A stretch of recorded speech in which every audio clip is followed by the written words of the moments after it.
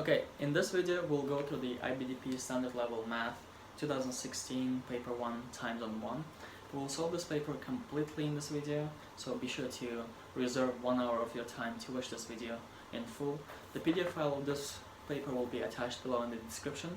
Download it, read the questions, understand the questions, and only after that watch the video. Okay, so that being said, without any further ado, let's go to the class.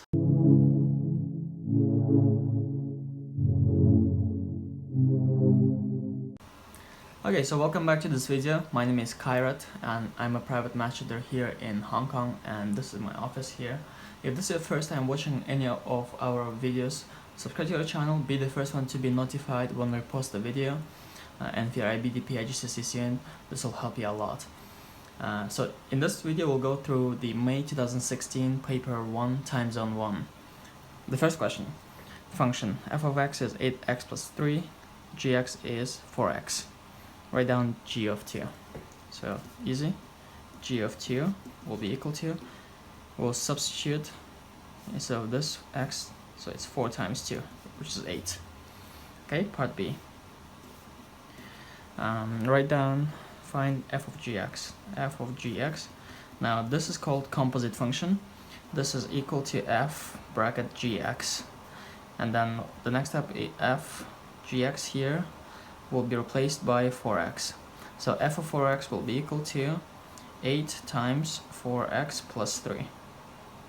The reason for this is because here we have x, and since the input here is 4x, that will be equal to 8 times 4x plus 3, which is equal to 32x plus 3. Part C, find the inverse. Now inverse is an interesting one. There are only a few steps. The first one is to put y is equal to 8x plus 3. Okay, so instead of f of x here, we'll put y. Y is equal to 8x plus 3. Next step is to interchange x and y. So swap around. So y becomes x becomes y plus 3. And then the last step is solve for y, make y the subject. Alright?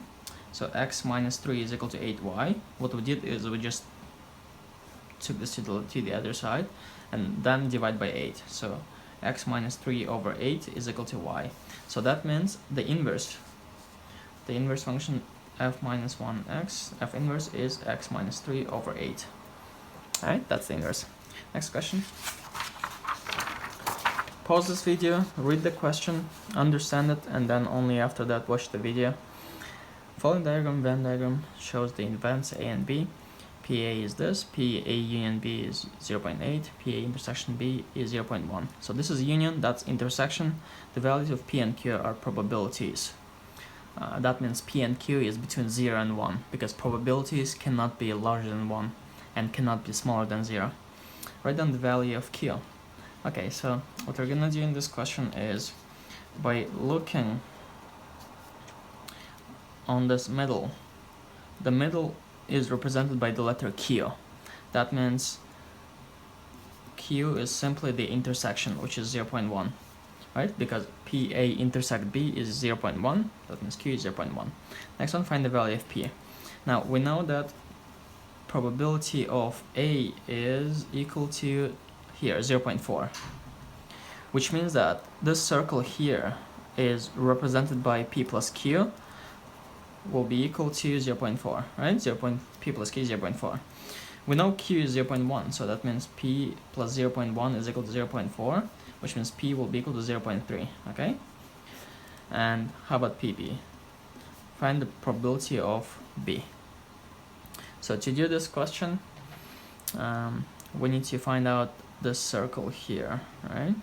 So what we know now is that PA union B is 0.8. Now P is 0.3, Q is 0.1. When we add this part plus the middle plus the right hand side plus this part, we'll have 0.8. That means this part should be 0.4, okay? Because when we add all of these numbers, 0.3, 0.1, 0.4, we arrive at 0.8.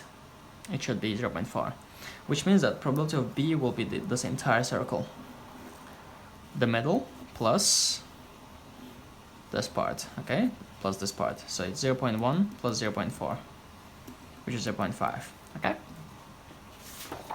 Next question. Let fx be 3 sine pi over 2x. Write down the amplitude of f. Amplitude is basically 3, and the reason for this is because the amplitude of sine function is 1. How about the amplitude of cosine function is also 1. Now, by having this number 3 times sine, it makes the amplitude increase by 3 times. So, do you remember the graph of sine? How does it look like? Like this. Amplitude is the distance between the top and the middle line here, and also like the middle line and the bottom. So this distance is 1, multiplied by 3, it's 3 times bigger, equal to 3.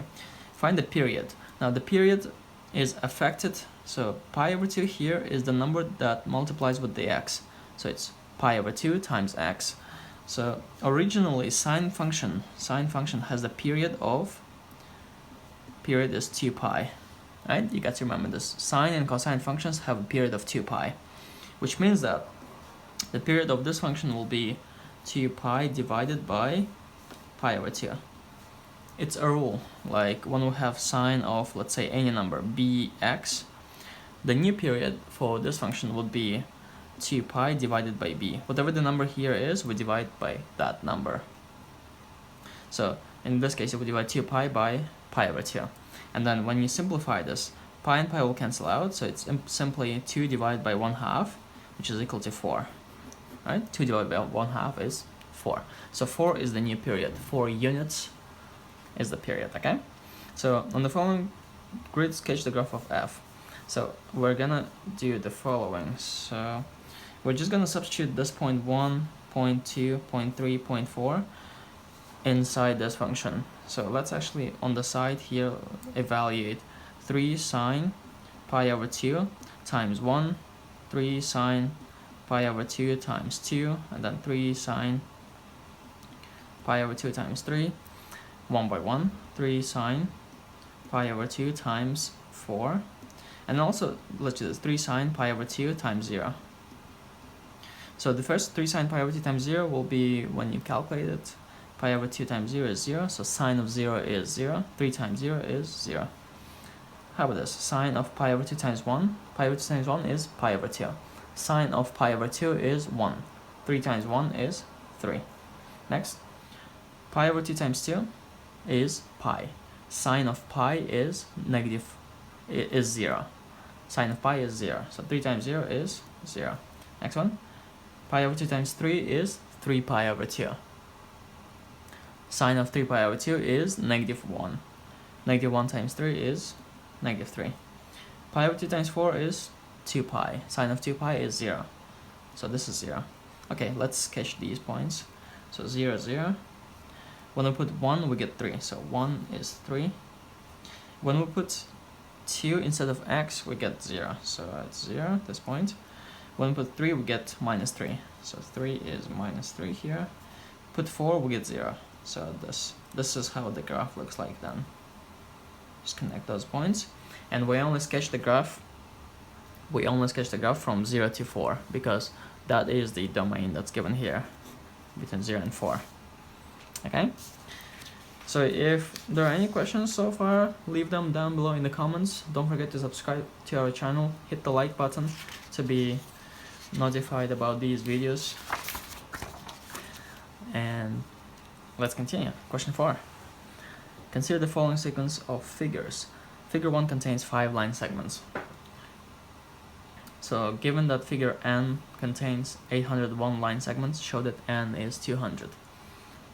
Alright, so you can see the pattern continues every time. So let's figure out, so there are 5 line segments here. How many new line segments do we have here? So this is the new one, this is the new, this is the new, this is the new. So +4, right? +4. What about the next figure? So the new one is this, new, and new, and new. So we have +4 again. So that means this is arithmetic sequence. Every term, every figure has +4 every time. So what we're gonna do is the following. Figure 1, we know figure 1 contains 5 line segments. Now the difference here, difference is 4, right? +4. So we can easily find out figure n. What does figure n, how many line segments does it contain?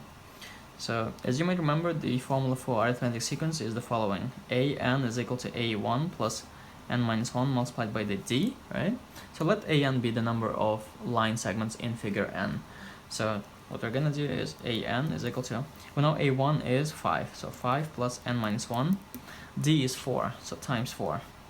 Expand and simplify, 5 plus 4n minus 4, which is equal to 4n plus 1. So 4n plus 1 is the number of 6 in the figure n, okay? Figure n. So given that figure n contains 801 line segments, show that n is equal to 200. So in this case, in part A, what we're gonna have is 4n plus 1, which is the number of lines in a figure n. It's given to be equal to 801 in this problem. We solve the equation. 4n is equal to 801 minus 1, which means 4n is 800, which means that divide by 4 here, right? By 4, n is equal to 200. So this means the n is equal to 200, figure 200. Find part B. Find the total number of line segments in the first 200 figures. So this means find the following: Sn. Sn means the sum of the first n terms.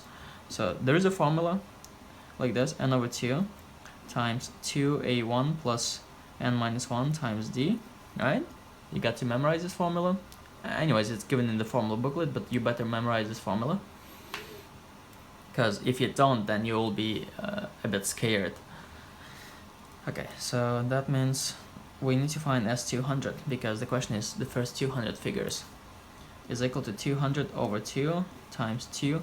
A1 will be equal to 5, right? Plus 200 minus 1, 200 minus 1 times, difference here is 4.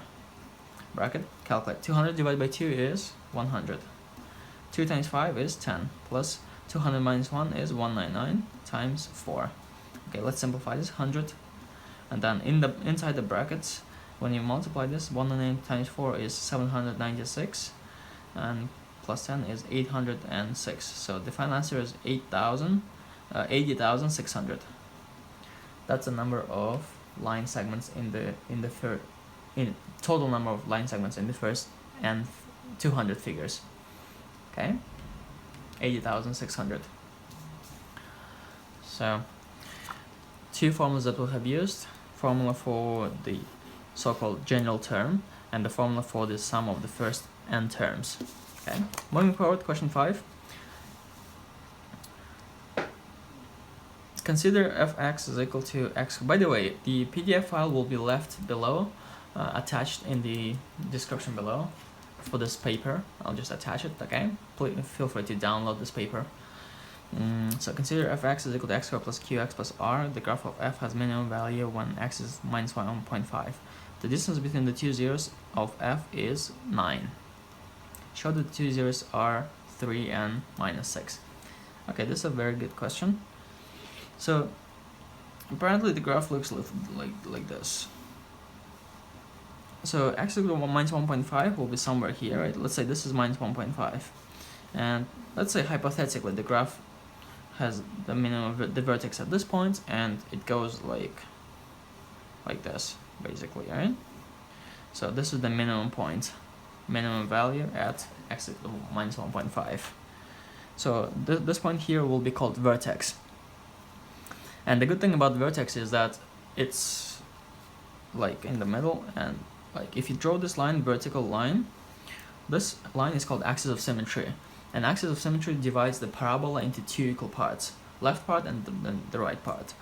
And since the distance between this root here, 0, and then by the way, this is the first 0, that's the second 0. Distance between them is 9. And also the good thing about that is the two zeros are equally distant away from minus 1.5. So they're on the equal distance between negative 1.5, which means that since the distance between the zeros is 9, this distance will be 4.5. The left distance is also 4.5, just a half of 9. So minus 1.5, just add 4.5, you would get 3. How about this? Minus 1.5, subtract 4.5, you'll get minus 6. So the two zeros are 3 and minus 6. The only thing we did is that we used the fact that this is this line of symmetry. Line of symmetry splits parabola into two equal parts, and then the two zeros will be equidistant from the line of symmetry. Okay, so part B. So we have shown that the zeros are 3 and minus 6. Find the value of Q and R. Okay, so what we can do here, we can write f of x as x plus 6. The reason is that since minus 6 is a 0, x plus 6 will be a factor. And since 3 is a 0, it should be x minus 3. Okay, we switch the sign. So it's equal to, expand this, x squared times x times minus 3 will be minus 3x. Positive 6 times x is plus 6x. Positive 6 times minus 3 is minus 18. Okay, so this is equal to x squared plus 3x minus 18. Which means that originally we had a function f of x was equal to x squared plus qx plus r. So you can see q is equal to 3, right? And r is equal to negative 18. Those are the answers for q and r. Okay, just compare the numbers and you will get the answer. Cool, next question. Pause the video as always, read the question a couple times, understand it, and only then continue. The following diagram shows triangle ABC. The point D lies on BC, so that AD bisects BAC. AB is this, so we're given all of this data. We're given AB, we're given AC is x, DAC is theta, sine theta is 2 over 3. That's what's given. The area of triangle ABC is 5 cm squared. Find the value of x. So in this question we're going to use two things. Double angle formula and then also the area of the triangle formula.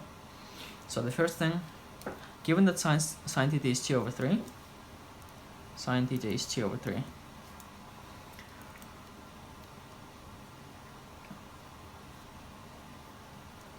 So the thought process for this problem is the following. So to find the area of this triangle, what we could do is multiply AB. Area of the whole triangle ABC is equal to 1 over 2 times AB, right, times AC, times the sine of, what's the angle between AB and AC? The angle is 2 theta. But we don't know what sine of 2 theta is. We only know what sine theta is. But what we do know is the following formula. Sine of 2 theta is equal to 2 times sine theta times cosine theta. This is called double angle formula. Please write this down. Sine of 2 theta, 2 sine theta, cos theta. We know what sine theta is, but we don't know what cosine theta is. But we know the other formula. Sine squared theta plus cosine squared theta is equal to 1. So using this formula, let's substitute instead of sine theta here 2 over 3. So 2 over 3 squared plus cosine squared theta is equal to 1. So doing a few algebraic manipulations, we're gonna arrive at the following answer. So cos squared theta will be equal to 1 minus 4 over 9, which is 5 over 9, which means that cosine of theta is equal to plus or minus root 5 over 9. But which one do we choose, plus or minus? Now think about this. Is theta acute or obtuse? Theta has to be acute because we have 2 theta.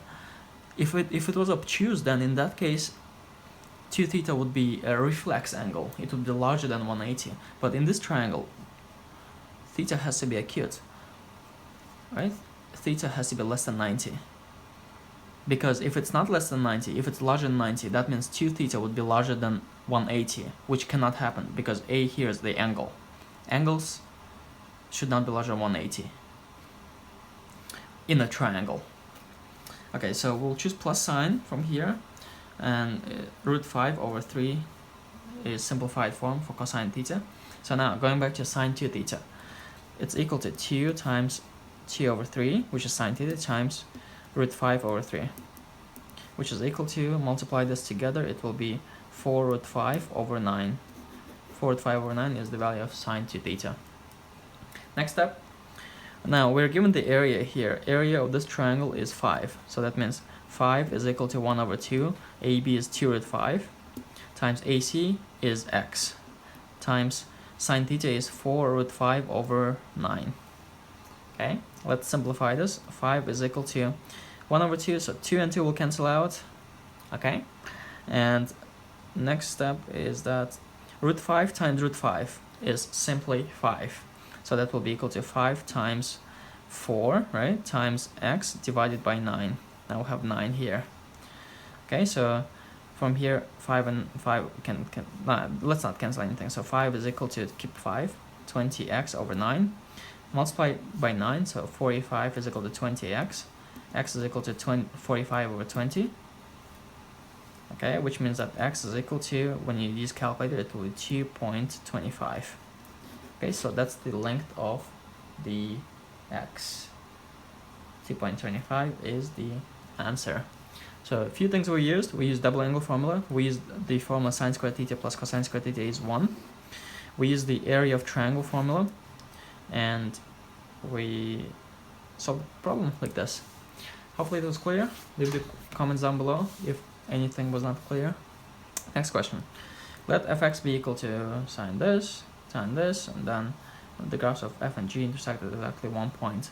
Find the value of k. Okay, so to find the point of intersection, so fx, gx intersect at 1 point, we will make the two equations equal to each other to find the points of intersection. So we'll do 3 tan to the power 4x plus 2k equal to negative 10 to the power 4x plus 8k tan squared x plus k. Equalize them together. So now bring this right hand side, move it over to the left. So move this over, everything will change the sign, so the signs will be changed. So when this moves over, it will become positive. So 3 tan to the power 4x plus 10 to the power 4x will be equal to 4 tan tangent to the power 4x. And then move this over, will be minus 8k times tan squared x. And then 8k minus k will be plus k is equal to 0.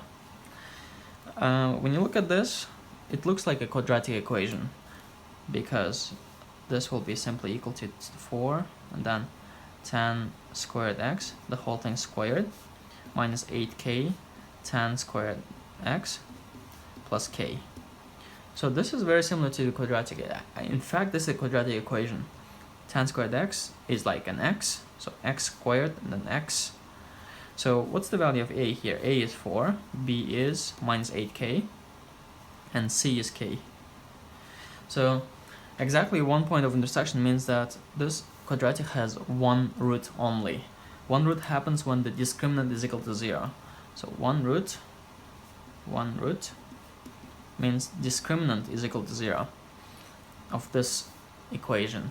But discriminant, we know the formula, it's b squared minus 4ac, which means that minus 8k squared minus 4 times c is k is equal to 0. Okay, so simplify this. What's gonna happen? Minus 8 squared is 64, k squared. Minus 8 squared is 64 because anything squared is always positive. So minus 16k is equal to 0. Factorize the k out. So k bracket 64k minus 16 is equal to 0. So from here we have two cases. Either this part is 0 or this part is 0. When we multiply, keep this in mind. When we multiply two things, if it's equal to 0, we'll have two cases. Either k is 0, this part, or 64k minus 16 is 0. So we have either k is 0, or from this case, 64k is equal to 16, k is equal to 16 over 64, which means k is equal to 1 over 4. So two possibilities for k, but, 1 over 4, yeah. But what we're given in the question here is k is between 0 and 1, so k is larger than 0. So we cannot have k 0, so this case is excluded, okay? But how about this 1 over 4? Is it between 0 and 1? Yes, so the answer, k is 1 over 4, okay? That's the value of k. Next question. So section B, coming to section B, a bit more difficult, a bit longer. School collects cans for recycling to raise the money. Pause this question, read the question, and continue with the problem. So find the median number of cans collected. So there are 20 students in the class.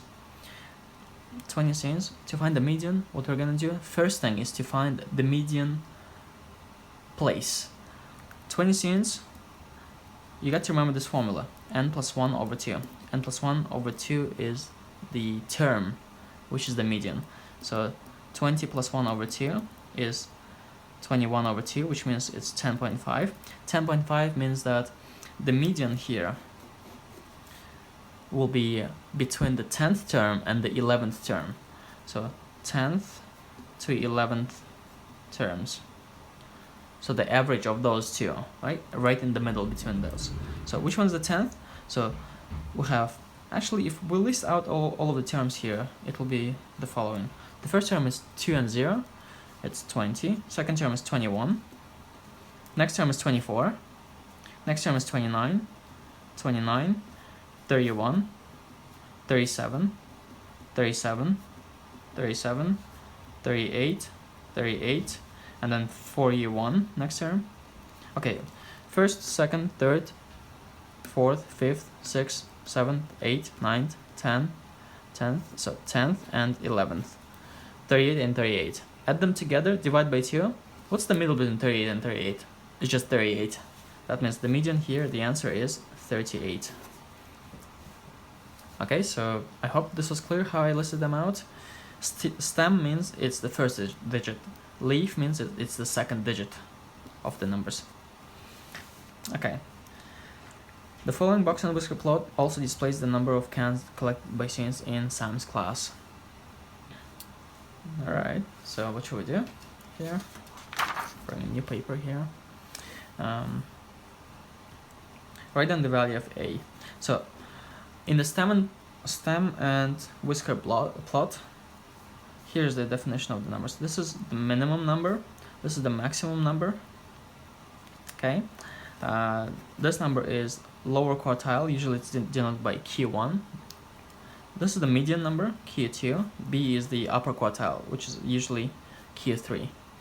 So the minimum number here in all of these numbers is 20. So that means A has to be equal to 20.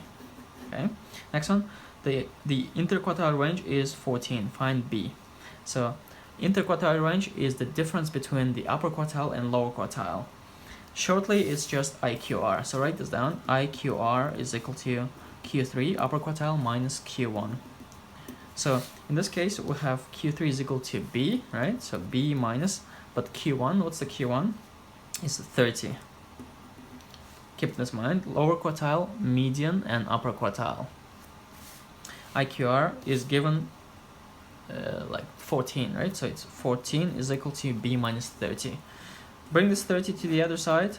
14 plus 30 is equal to B, which means that B is equal to 44 is the answer, right? Upper quartile is 44. Next one. Sam's class collects 745 cans. They want an average of 40 cans per student. 40 cans per student is the average. How many more cans need to be collected to achieve this target? So if the average is 40 cans per student, we can easily find out the total number of cans. Since there are 20 students in total, okay, 40 is the average. In this case, total will be equal to average multiplied by the number of students, which is 40 times 20 is equal to 800, is the total number of cans. Since they collect 745 cans only, they will need 800 minus 745, 55 more cans to go to achieve 40 cans per student, the average. Alright, so the answer here will be 55. The previous answer was 44. There are 80 students in a school. The students raise $0.1 for each recycled can. Find the largest amount raised by a student in Sam's class. Okay. In Sam's class, who raised the maximum number of cans is this guy, 50 cans. That means 50 cans is the maximum. Each can costs $0.1. So when you multiply this by calculator, 50 times 0.1 will be $5. Okay, so this is the amount raised by a person, the maximum amount. The following cumulative frequency curve shows the amounts in dollars raised by all students in the school. Find the percentage of students who raised more than anyone in Sam's class. So find the percentage of students who raised more than anyone in Sam's class. So the maximum number of cans in Sam's class, this is the Sam's class, was 50. Right, so what we're gonna do with this cumulative frequency distribution diagram is find where's the 50. Now 50 is here, right?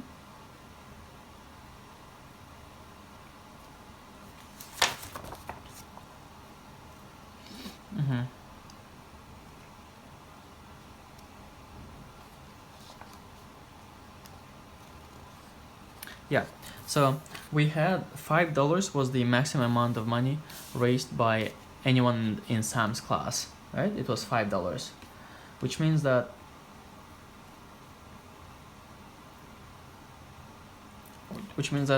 what we're gonna do with this cumulative frequency, the question here is percentage of students who raised more money, not more cans, but more money. So more than $5. $5 is this mark. At this point, just go up, straight up. And where does it intersect the graph? At this point. My estimation is that there are 16 students who raised more than, because at this point, what you're gonna do, you'll go to the left. More than this amount is the upper half, the upper part. How many students are there here? So this mark is 64, where it intersects the vertical axis. 80 minus 64 is 16. So 16 students raised more money, more than $5. But the question is what percentage? So 16 total number of students is 80 times 100.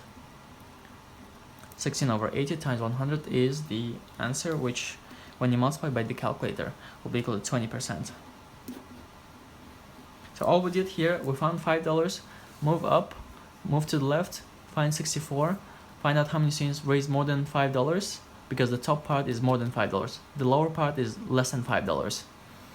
And then divide 16 by 80 times 100 is 20% of students. Okay, so moving forward, okay, actually we have more. The mean number of cans collected is 39.4. Standard deviation is 18.5. Each student then collects 2 more cans. Write down the new mean. So this is very simple.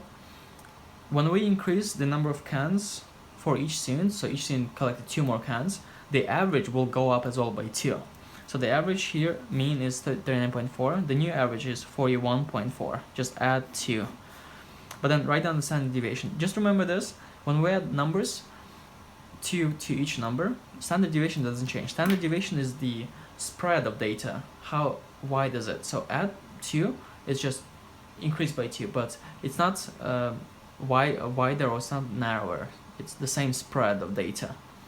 So standard deviation, there is no change, 18.5. 18.5 is the answer, because increase any number by 2, or even by 5, or even by 10 plus 20, the standard deviation will remain the same. Only if we decrease or increase by 2 or 5 cans. Going forward, question number 9. Oh, yeah. So question 9. F derivative of x is given like this. Graph of f has maximum point at P. Find the exponent of point P. So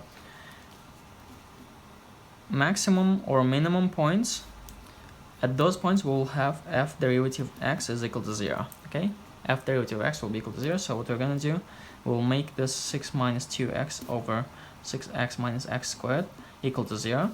Multiply this to the right hand side, so 6 minus 2x is equal to 0 multiplied with 6x minus x squared. But 0 multiplied with anything is just 0. So that means 6 minus 2x is 0, which means that 6 is equal to 2x, x is equal to 3 from here. So that's the answer for the first one. X is 3.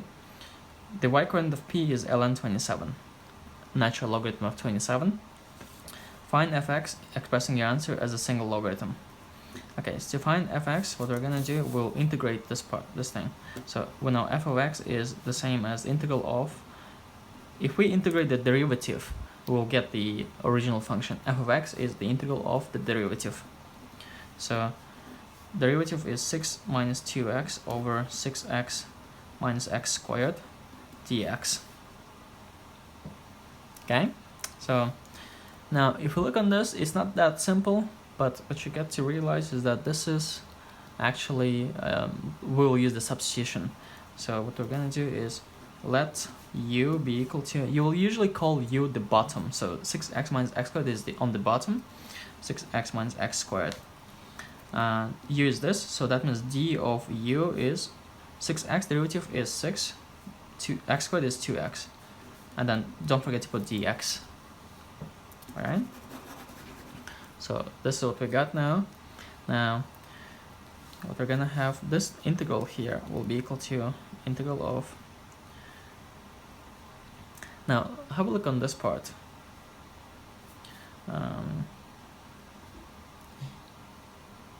So keep 6 minus 2x on the top. 6x minus x squared is u.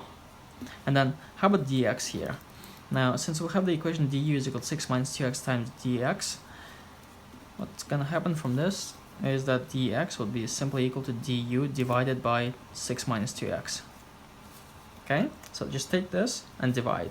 Dx would be equal to du over 6 minus 2x. Okay, take this dx and put it back into here. So instead of dx, we'll put du over 6 minus 2x. And then you realize that, oh, voila, cancel, cancel. Which means that this is integral of 1 over u du. And integral of 1 over u du is simply equal to ln of u plus constant. Don't forget the constant. And then we put back, instead of u, we'll just put 6x minus x squared plus c, because u is 6x minus x squared. But then what we know is that the y coordinate is ln 27. So that means now we have found f of x is this function. We want to find out the value of c. So instead of f of x, we'll put ln 27, because f of x is actually y is equal to ln of, instead of x here we'll put 3, right? 6 times 3 minus 3 squared plus constant. So ln 27 now is equal to ln of 6 times 3 is 18, minus 3 squared is 9, so 18 minus 9 is 9 plus constant. So to find c here, we'll do this, ln 27 minus ln of 9 is equal to constant, okay? And then ln 27 minus ln 9, by logarithm rules, is just ln of 27 over 9, which is constant. So from here, ln is 3, c is ln 3. C is ln 3. But the question was to find f of x, expressing as a single logarithm. So the final answer is the following. F of x is equal to ln of 6x minus x squared plus c, instead of c we'll put ln of 3. And expresses as a single logarithm. When we add two natural logarithms, we can just multiply them. So ln of 6x minus x squared multiplied with the 3, which is equal to ln of 6x times 3 is 18x minus 3x squared. So this is the final answer. Okay, this is f of x. Right, so moving forward to the next part, the graph of f is transformed by a vertical stretch with a scale factor of 1 over ln 3. The image of p under this transformation has coordinates of ab.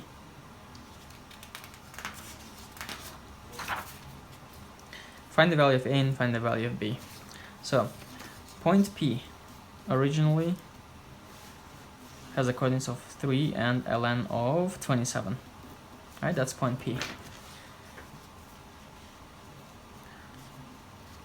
So vertical stretch only, remember this, vertical stretch only affects the y coordinate.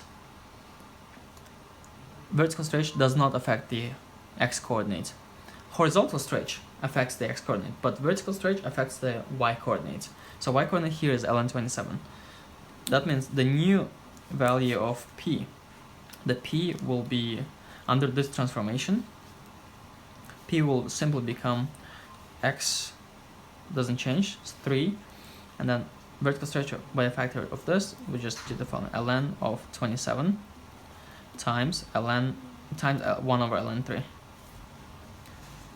Okay, so we just multiply this, and then that's equal to 3 ln of 27 over ln of 3. Okay, that's the answer.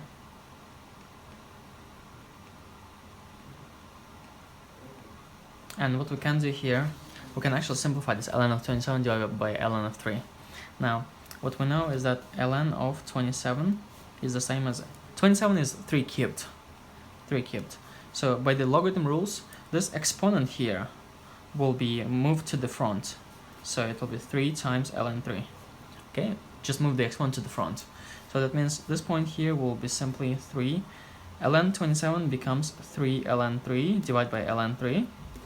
ln 3 will cancel out, so the new point is 3, 3. Okay, that's the new point. Lots of use of logarithm rules. I hope that was clear. And therefore, from here, a and b, a is 3 and b is 3. Okay, that is the final answer. Going for the last question of today, and that is it basically for this video. After this, let's do this. So f of x is 4x plus 5. Find f derivative of 1. So we'll find the derivative first. F of x is root 4x plus 5. This is the same as 4x plus 5 to the power of 1 over 2. So the derivative will be equal to 1 over 2 using the chain rule, 4x plus 5. Decrease the power by 1, so it's negative 1 over 2 times derivative of 4x plus 5 is just 4. Is the chain rule. We got to do this. Derivative of 4x plus 5 is 4. So simplify this. 1 over 2 times 4 is 2. So 2 times 4x plus 5 to the power of minus 1 over 2. Okay? And if we simplify this a bit, it will be equal to 2 divided by 4x plus 5 to the power of 1 over 2, which is the same as 2 divided by square root of 4x plus 5. Now, we need to find out f derivative of 1. What is this value, right? That is the question in this problem. And that means we'll just do 2 over root. Instead of x, we'll put 1. So 4 times 1 plus 5 is equal to 2 over root 9, which is 2 over 3. Okay, 2 over 3 is the answer. Consider another function g. Let r be a point on the graph g. The x-coordinate of r is 1.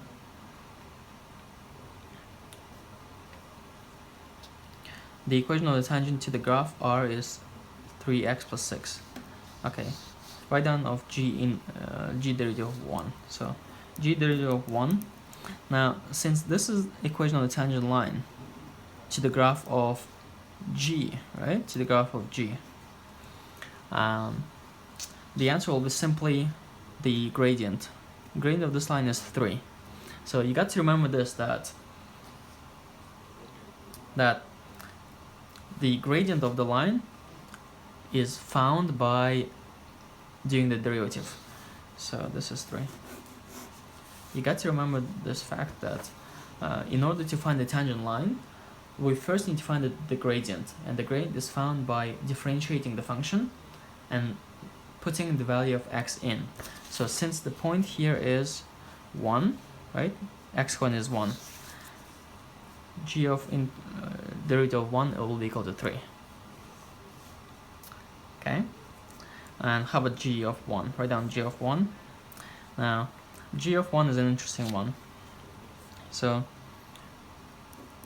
g of 1 will be equal to simply 3 times 1 plus 6 is equal to 9.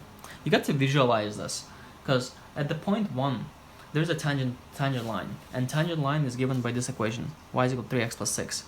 We can just substitute x into this point and find out the value of g1 is 9, because that is the point of contact. So if the graph looks like this, draw the tangent line at this point. So this point belongs to both the graph and the tangent line. Okay, so we can use any one of the equations. We can use either the equation of the line to find out g of 1 or the equation of the curve itself to find g of 1. Alright? So the next one, let hx be equal to fx times gx. Find the equation of the tangent to the graph h at the point x where x is equal to 1. So we're going to use the product rule in this problem. First, we got to find out the value of h derivative of 1. And to do this, we'll use the product rule. So f of 1 times g derivative of 1 plus f derivative of 1 times g of 1. Okay, so because the definition of h of x is fx times gx. Okay, f of 1, do you know f of 1? Yes, we can easily find from here. F of 1 will be equal to root of 4 times 1 plus 5, which is root 9, which is 3. So f of 1 is 3, so 3 times g of g prime 1, yeah, we have found in the previous part, it was equal to 3, g1 is 9. So 3 plus f derivative of 1, we have found it was equal to, what was it equal to? Sorry. 2 over 3, so let me just write here, 2 over 3. 2 over 3 we have found in the previous part, so going back to this. 2 over 3 times g of 1 we have also found it was 9. So that's equal to 9 plus 2 over 3 times 9 is 6, which is 15. 15 is the derivative, so that means the tangent line will be equal to y is equal to mx plus c, which is y is equal to 15x plus c, right? M is 15 because the grade is 15. And so when x is equal to 1, what's the value of y? Y will be equal to f of 1 times g of 1, which is equal to 3 times g of 1 is 9, which is 27. So we'll substitute here instead of y 27. 27 is equal to 15 times 1 plus c. So that means 15 is equal to 27 is equal to 15 plus c. C is equal to 12. So finally, the final answer is this. Y is equal to 15x plus 12. Alright, so this is the answer. I hope it was not too confusing. If you feel confused, please go back and watch the parts again. Pause the video and rewatch again. I know I'm going too fast because I got to manage to make this video short.